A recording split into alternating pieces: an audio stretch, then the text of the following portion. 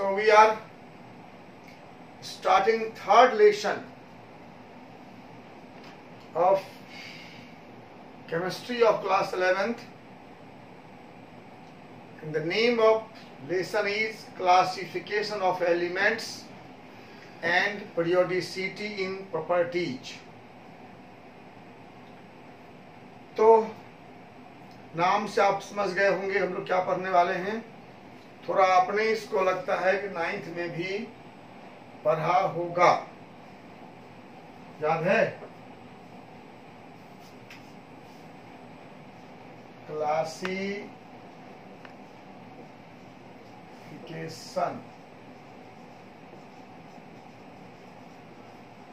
of elements and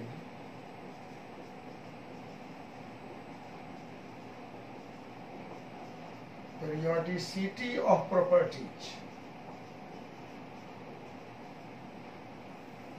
देखिए दो term है इसमें, दो टर्म है, एक है क्लासिफिकेशन ऑफ एलिमेंट्स और दूसरा है पीरियोडिसिटी ऑफ प्रॉपर्टीज। तो दो पार्ट हम लोग पढ़ेंगे। एक पार्ट में पढ़ेंगे how to classify the elements और दूसरा पढ़ेंगे what is the periodicity in properties of elements. Periodicity मतलब रेकरेंस।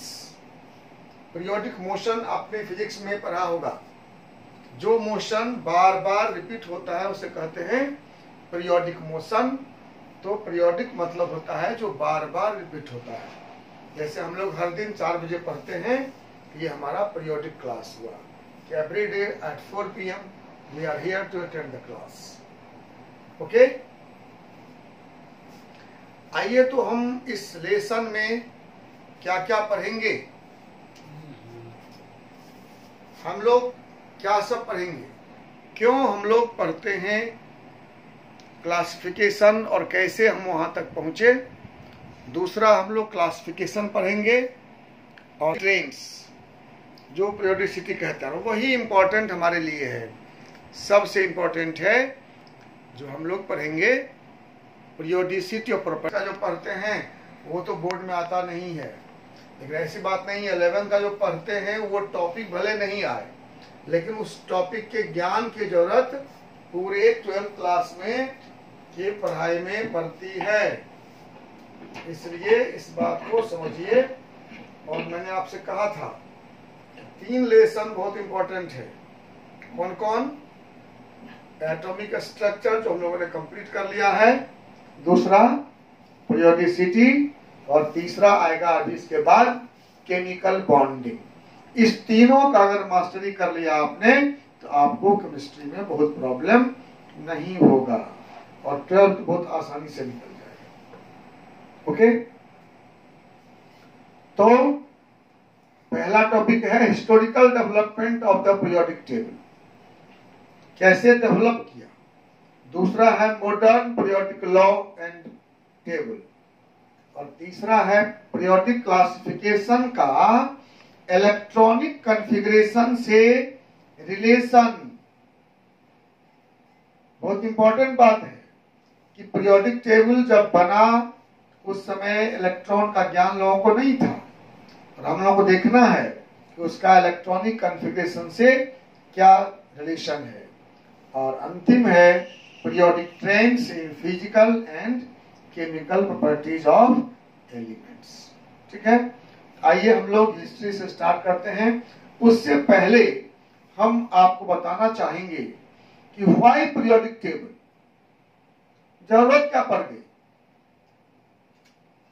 तो आप जरूरत पर देखिए, अभी आप जानते हो कि 118 elements have been so far discovered. 118 elements का डिस्कवरी हो गया।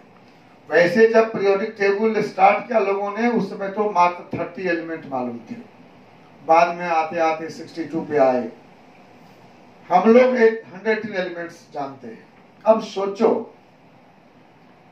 कि एक एलिमेंट है और उस एक एलिमेंट के हजारों कंपाउंड हो सकते हैं, सैकड़े तो पक्के होंगे। तो अगर हम इतने एलिमेंट और इनके कंपाउंड को पढ़ने लगे, अगर एक एलिमेंट को पढ़ने में मान लीजिए मिनिमम हमको 2 दिन भी लगता है, 3 दिन भी लगता है, तो 118 एलिमेंट के जानने में कितना लगेगा? 354 डेज मीन्स 1 ईयर। सिर्फ एलिमेंट के केमिस्ट्री को पढ़ने के लिए हमको 1 साल का समय मिनिमम चाहिए, मिनिमम। कुछ एलिमेंट के तो बहुत प्रॉपर्टी कंपाउंड्स हैं, सैकड़ों हैं, तो क्या करेंगे आप बताइए? जिंदगी भर पढ़ते रहेंगे एलिमेंट्स को? ये संभव है? सोचो। साइंस ने क्या किया? साइंस ने क्या दिया आपको? कुछ ज्ञान है आपको? अंदाज करिए। साइंस ने जो भी दिया है उससे देखिए क्या सब फायदा हुआ है। साइंस ने मोबाइल दिया, टीवी दिया और मशीन सब बहुत सारा दिया, तो उससे कुछ लाभ हुआ है आप लोगों को? क्या लाभ हुआ? कि बहुत ज्यादा काम बहुत कम परिश्रम और कम समय में कर लेते हैं। पहले अगर आप किसी आदमी को दिल्ली जाना होता था तो उसमें 1 महीने लगते थे। आज चला तो महीना दिन में पहुंचा, कोई लौट के आया, कोई नहीं भी आता था। और आज आप 1 दिन में दिल्ली जाते हैं, अगर एयरपोर्ट दरभंगा में शुरू हो जाएगा तो 2-3 घंटे में दिल्ली पहुंच जाएगा। ये किसने दिया? साइंस ने दिया। पहले आप एक शहर में एक दूसरे आदमी को कुछ कहना होता था, उससे घर जाना पड़ता था। अभी आप यहाँ बैठे बैठे पूरे संसार से बात कर लेते हैं। किसने दिया ये? साइंस ने। साइंस ने दिया कि कम से कम समय में, कम से कम परिश्रम में हम ज्यादा काम कर सकते हैं। तो जिस साइंस ने पूरे दुनिया को ये दिया, वो अपने लिए कुछ नहीं किया। तो वो जो किया उसी का नाम है पीरियोडिक टेबल। आई बात समझ में? Periodic table is a tool in our hand with which we can study vast number of elements and their compounds in minimum time and minimum effort. ठीक है? इस बात समझ में? पीरियोडिक टेबल वह टूल है हमारे हाथ में जिसकी मदद से हम कम से कम समय में, कम से कम परिश्रम में इतने सारे एलिमेंट्स और उसे कंपाउंड को पढ़ सकते हैं। तो मैं लिखता हूं periodic table is a tool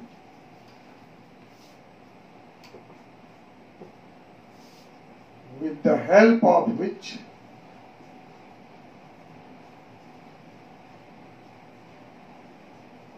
we can study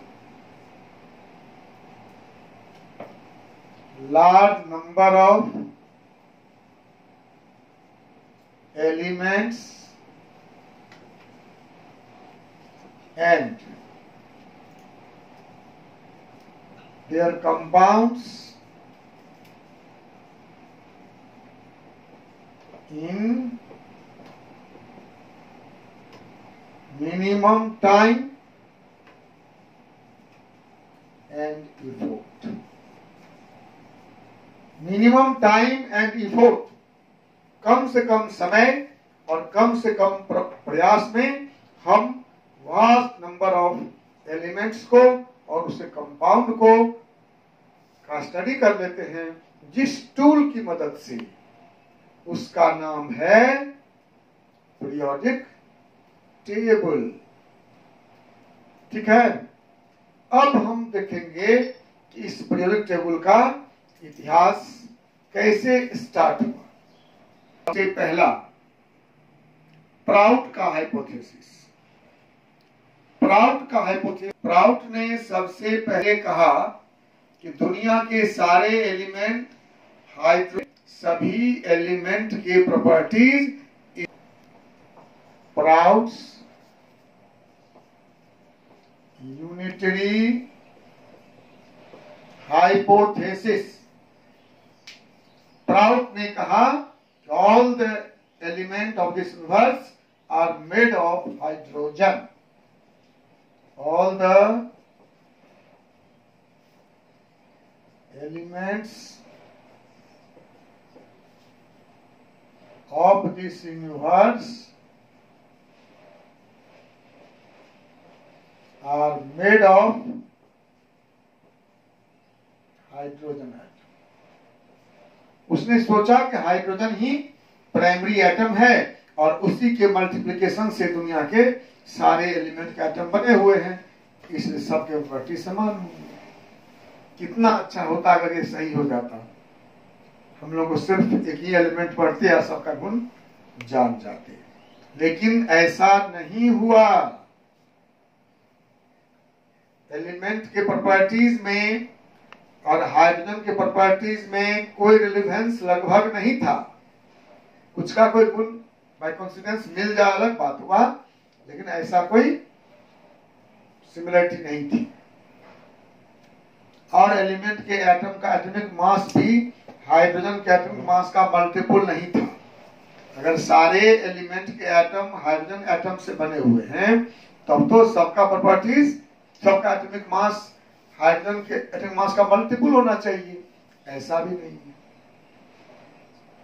तो 1829 में सबसे पहले डोबरेनर ने प्रयास किया क्लासिफाई करने का एलिमेंट को, सिमिलर एलिमेंट को एक साथ इकट्ठा करने का प्रयास किया। उसने तीन सिमिलर एलिमेंट को एक साथ इकट्ठा किया, उसको एटॉमिक मास के इंक्रीजिंग ऑर्डर में अरेंज किया और देखा कि बीच वाले का एटॉमिक मास दोनों इंड वाले एलिमेंट के एटॉमिक मास का एवरेज होता है। उसे नाम दिया गया Dobereiner's triad. Dobereiner's triad, law of triad कहते हैं इसको। जैसे लिया उसने लिथियम, सोडियम, पोटासियम। लिथियम का मास नियरली 7, पोटासियम का 39 और सोडियम का देखिए हुआ ना एवरेज। तो उसने ऐसे बाय चांस सिमिलर एलिमेंट्स को एटॉमिक मास के इंक्रीजिंग ऑर्डर में अरेंज किया और देखा कि बीच वाले का एटॉमिक मास दोनों इंड वाले के मास का एवरेज है। ऐसे 2-3 ट्राइड उसने बनाए और उसके बाद फेल हो गया। तो फेल तो हो गया, लेकिन एक ज्ञान दे गया कि हम एटॉमिक मास के बढ़ते क्रम में अगर अरेंज करें तो कुछ सिमिलर प्रॉपर्टीज वाले एलिमेंट मिल सकते हैं। ये भी बहुत बड़ी चीज होती है साइंस में कि अगर आप कोई प्रपोजल देते हैं और फेल हो जाता है तो वो भी एक नया आउटलुक दे जाता है कि इसमें सुधार क्या करना है, कैसे हम इसको आगे बढ़ा सकते हैं। ठीक है, तो डोबरेनर्स ट्राइड हुआ if elements be arranged in order of increasing atomic mass then atomic mass of the middle element will be average of the two end elements।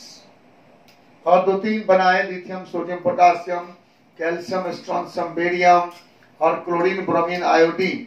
ये 3 सीरीज बनाए उसने, कैल्शियम, स्ट्रोंशियम, बेरियम और chlorine, bromine और iodine. लेकिन 3 बनाने के बाद डोबरेनर्स tried fail हो गया।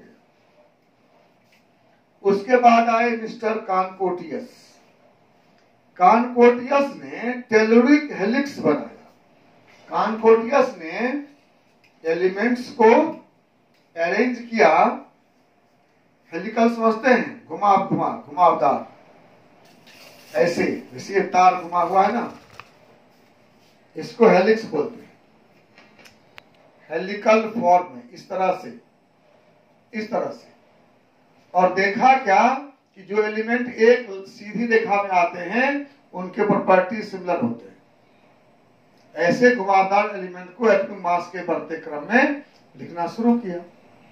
देखा कि एक लाइन में जो एलिमेंट आते हैं उसके प्रॉपर्टी सिमिलर होते हैं। देखिए हम यहां भी आपको दिखा रहे हैं, दूसरे से मिलते हैं। ये एक लाइन में जो एलिमेंट है उसके प्रॉपर्टीज एक दूसरे से मिलते हैं।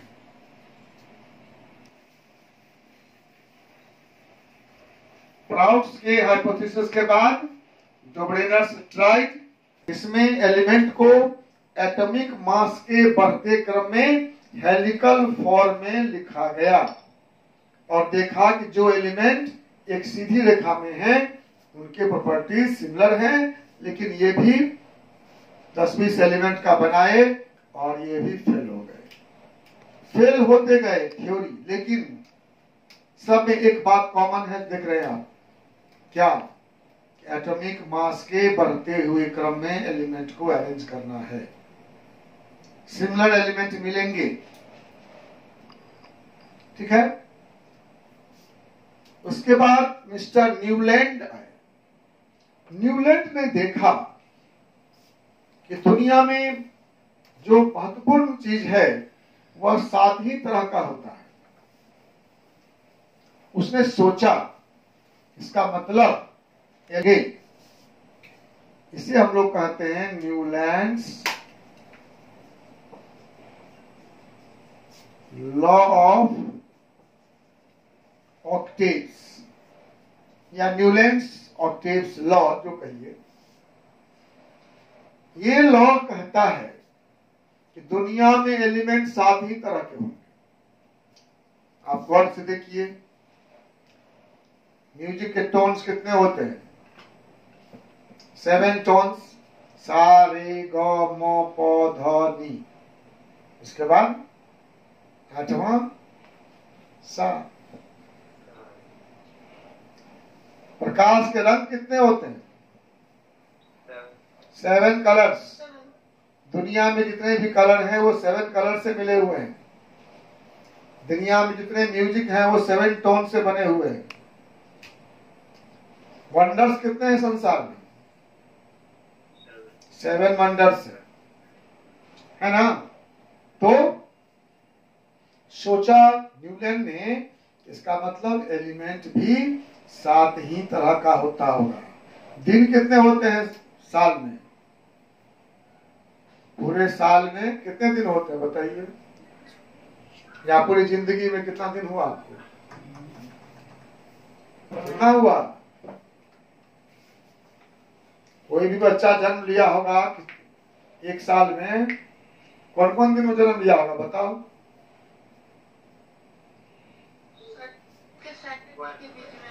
कितना दिन हुआ? 7 days, 7 days in a week। नहीं, तो उसने यही सोचा, इट मीन्स एलिमेंट्स भी 7 ही तरह के होंगे। If we arrange elements in order of increasing atomic mass, then properties of each 8th element will be similar to the first। Newland ने कहा कि if elements be arranged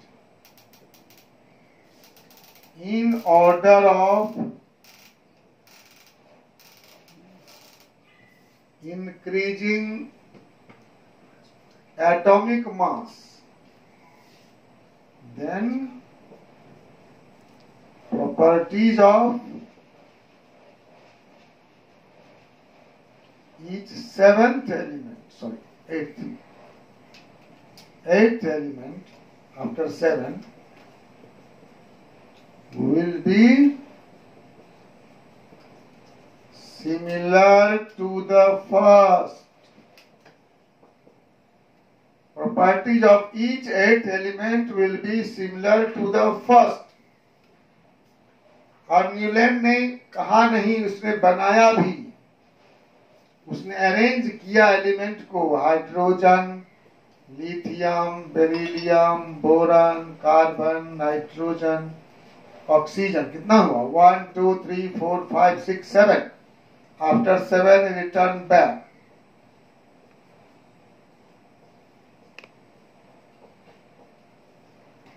One, two, three, four, five, six, 7. बस इसके बाद इसका भी law fail हो गया। Newlands octave rule up to calcium 7, 7, 14 and 3, 17 elements तक ये सही है।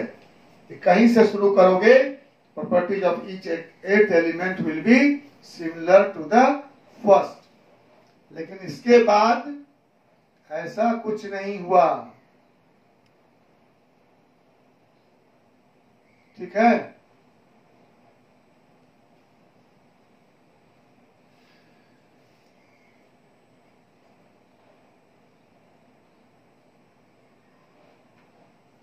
कोई दिक्कत?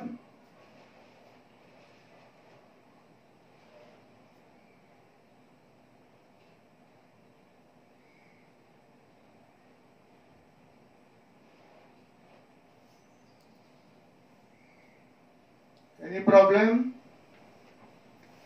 समझ गए अभी तक आप लोग?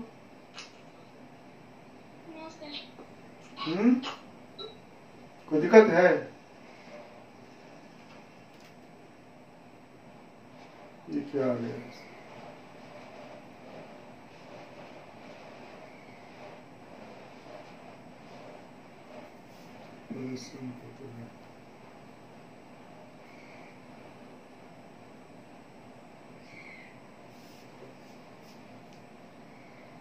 इसके बाद 1869 में दो लोगों ने एक अलग अलग लेकिन सेम कंक्लूजन दिया। एक थे mister Luther mayor. Luther mayor ने एलिमेंट्स के प्रॉपर्टीज और एटॉमिक मास के बीच ग्राफ प्लॉट किया।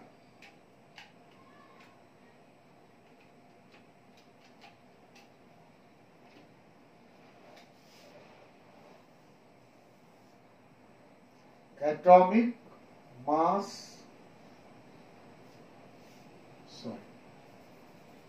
एटॉमिक वॉल्यूम और atomic mass. Luther mayor plotted a graph between atomic volume and atomic mass, and he observed this type of result. क्या मतलब हुआ इसका? कि आप देखिए एटॉमिक मास कंटिन्यूअसली बढ़ता जा रहा है, लेकिन एटॉमिक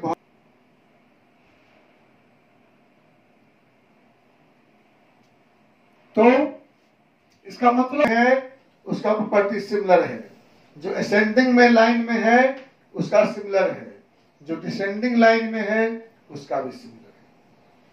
मतलब एटॉमिक मास बढ़ता जा रहा है और वॉल्यूम बढ़ता है फिर घटता है, फिर बढ़ता है फिर घटता है। इसे ही कहते हैं पीरियोडिसिटी ना, जो बार बार अब एक ही पाथ पर रिपीट होता है। तो एलिमेंट के प्रॉपर्टीज और एटॉमिक मास में है वेरिएशन, है रिकरेंस, है पीरियोडिसिटी। ये दिखाया लूथर मेयर ने। उसने बाद में और भी प्रॉपर्टी लिए, बॉइलिंग पॉइंट सब लिया, इंथैल्पी, वेपराइजेशन लिया। देखा कि बहुत सी प्रॉपर्टीज हैं जिसमें इस तरह का रिकरेंस है, रेगुलर कुछ कुछ इंटरवल पर ऐसा होता है। और उसी साल 1869 में ही मेंडेलिव, जो एक रशियन केमिस्ट थे, उसने भी सेम ऑब्जर्वेशन दिया।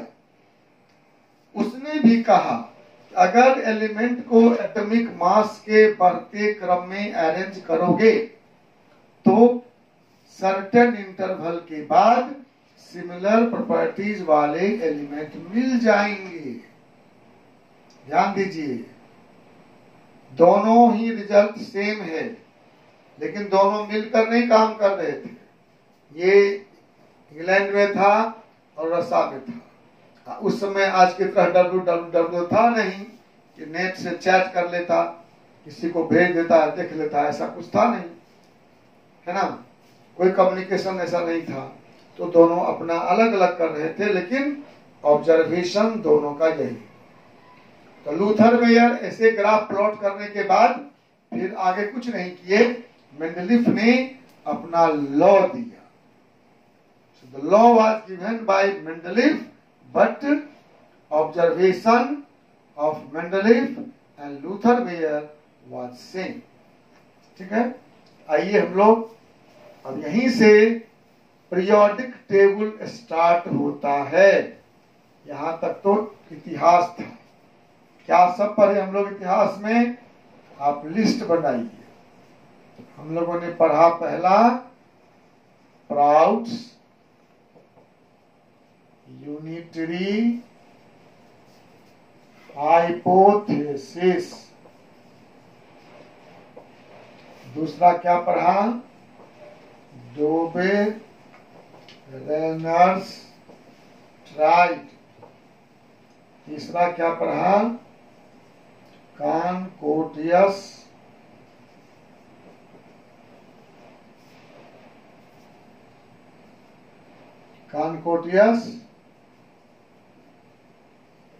टेलुरिक हेलिक्स। चौथा क्या पढ़ा?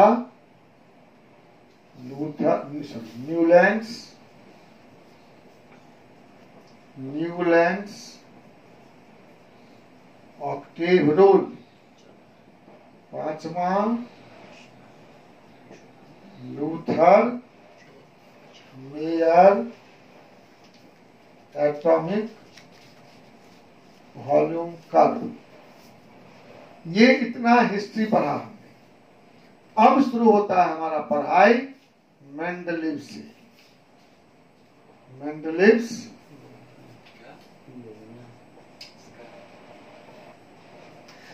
Periodic law 1869।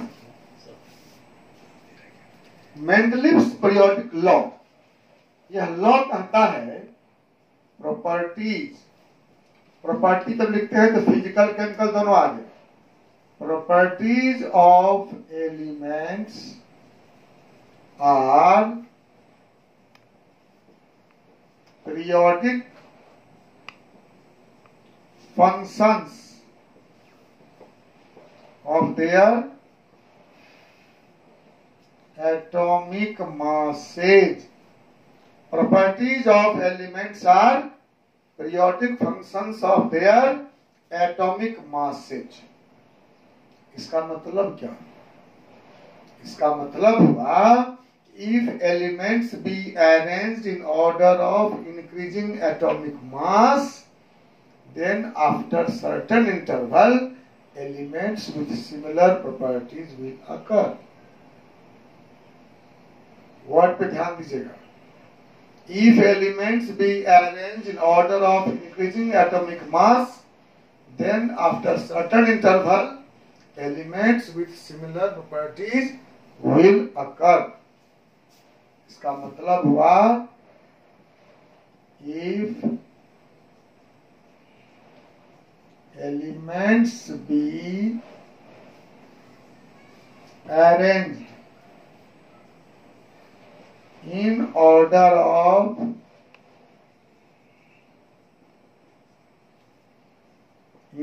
increasing atomic mass, then after certain interval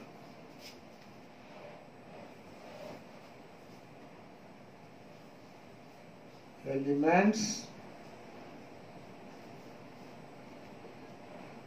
with similar properties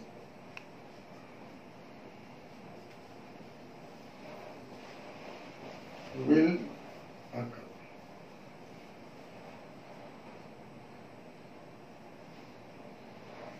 देखिए अंतर क्या है। न्यूलैंड ने क्या कहा था? If elements be arranged in order of increasing atomic mass, then properties of each eighth element will be similar to first.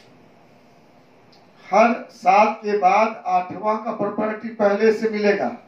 इसमें ऐसा नहीं है, सर्टेन लगा दिया गया, उसमें फाइनाइट था कि 8वां पहला के समान होगा। अगर 8वां नहीं हुआ तो लॉ गलत हो गया। लेकिन इसने कहा सर्टेन इंटरवल, ये कभी गलत नहीं होगा। इसने कहा लिखते जाओ, एटॉमिक मास के प्रतिक्रम में लिखो, कुछ अंतराल के बाद समान गुण के एलिमेंट मिलेंगे।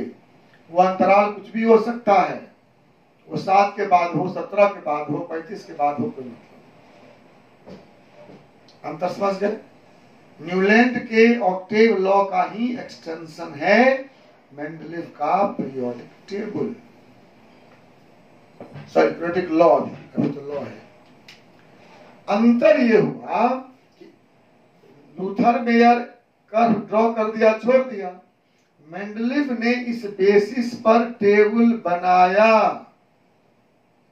जिसका नाम है मेंडलीव्स पीरियोडिक टेबल, है ना।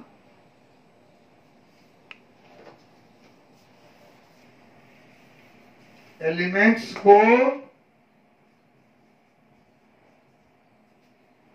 एटॉमिक मास के बढ़ते हुए क्रम में अरेंज किया, इकट्ठा किया एक साथ, और इससे टेबल बन गया मेंडलीव का पीरियोडिक टेबल। मतलब a table of elements in which elements are arranged in order of increasing atomic mass and collecting similar element together. A table obtained by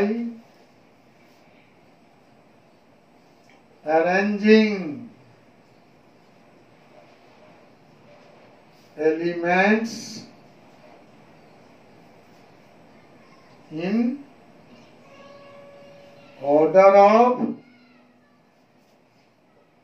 increasing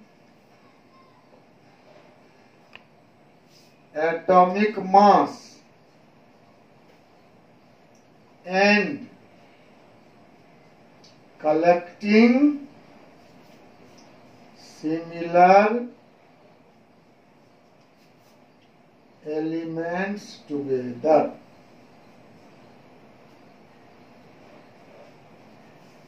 दो काम है, दो काम है। एलिमेंट को इंक्रीजिंग एटॉमिक मास के ऑर्डर में अरेंज करना है और समान गुण वाले को इकट्ठा करना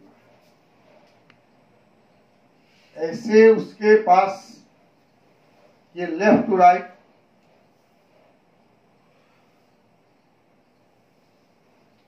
सेवन कतार हुए, 7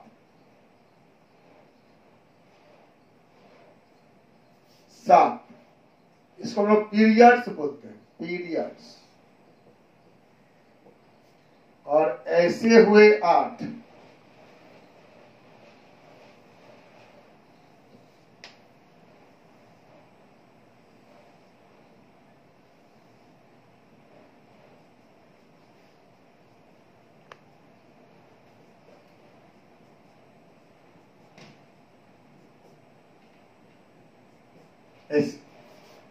इसको ग्रुप्स बोलते हैं।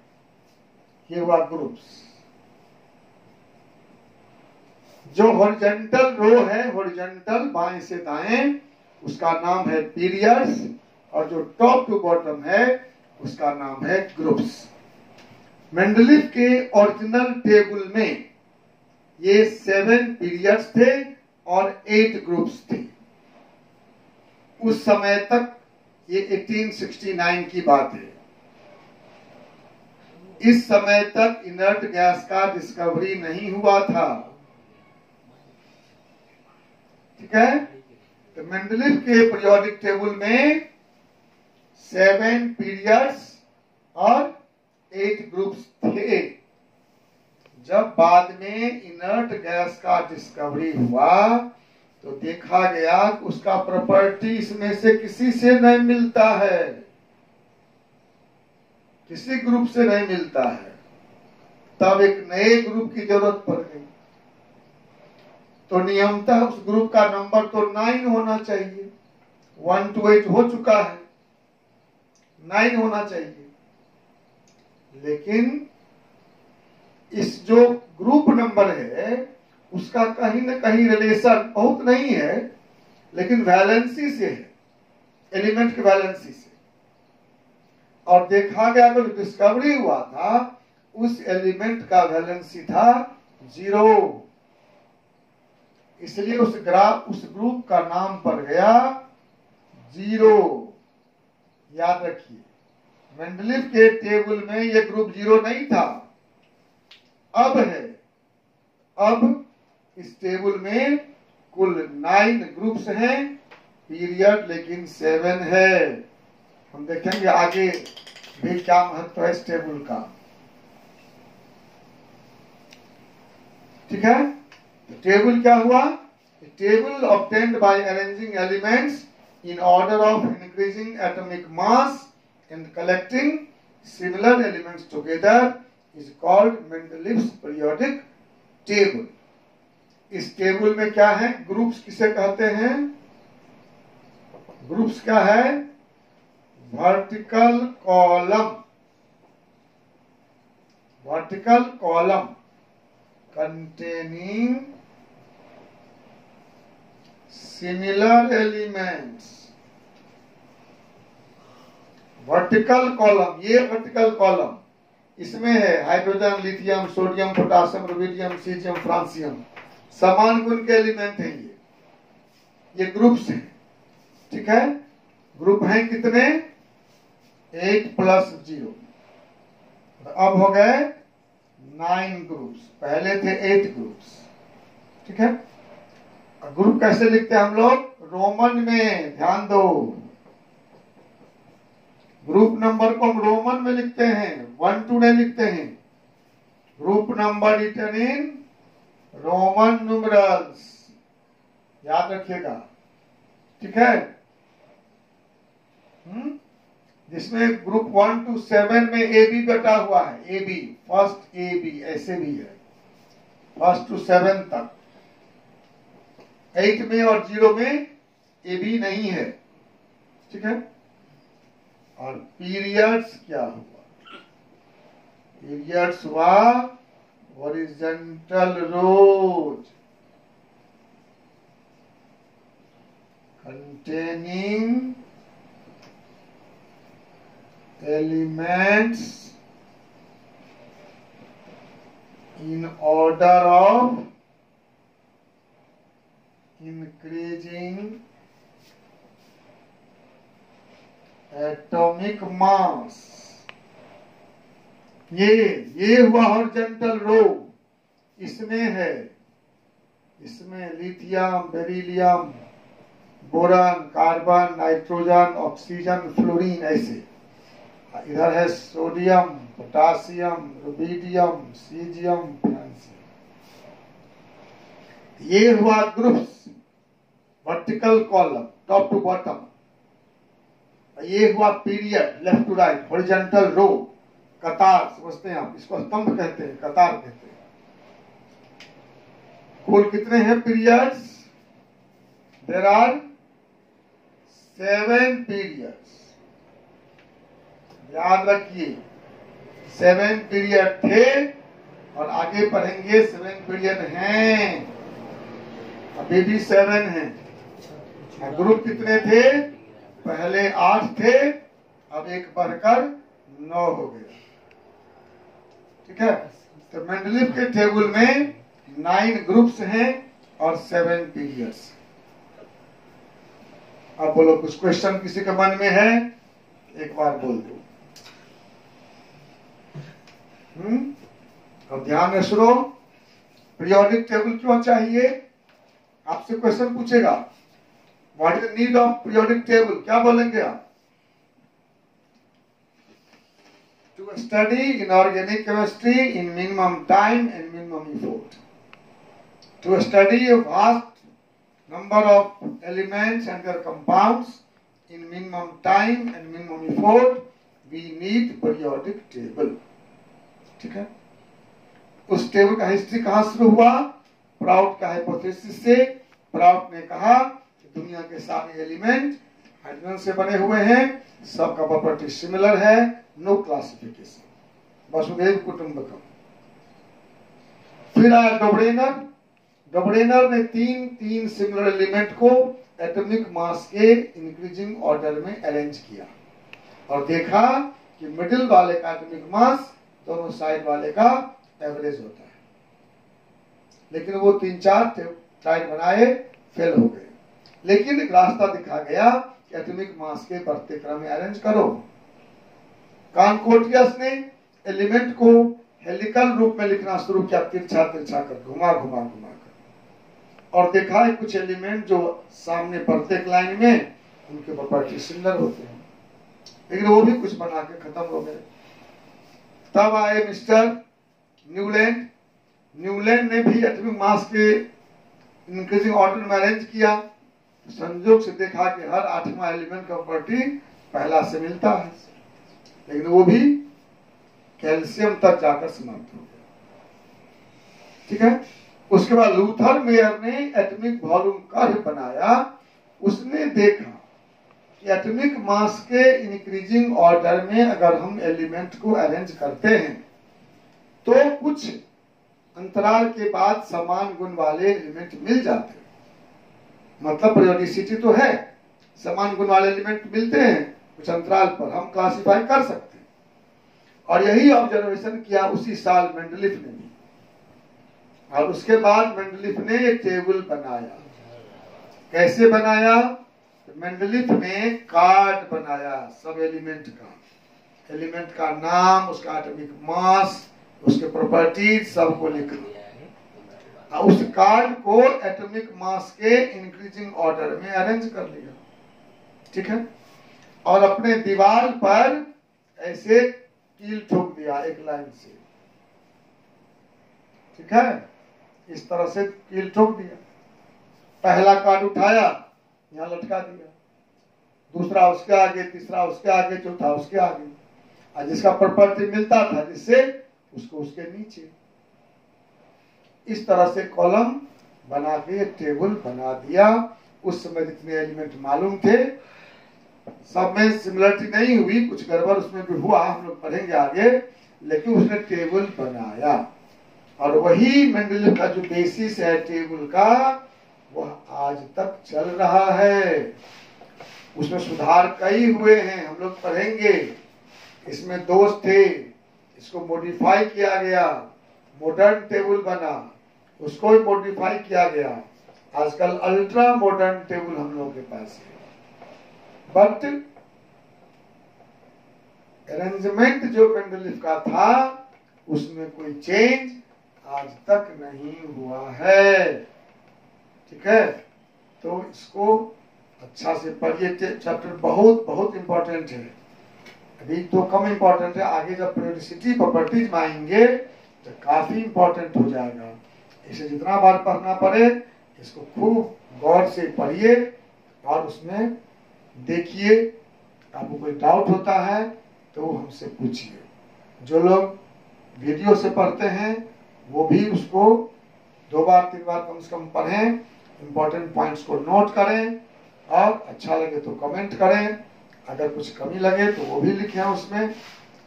ठीक है, और सब्सक्राइब करें मेरे चैनल को और अपने फ्रेंड्स को शेयर करें। सब लोग अपने जितने मैक्सिमम फ्रेंड्स हैं उसको शेयर करिए ताकि उनको भी लाभ हो जाए।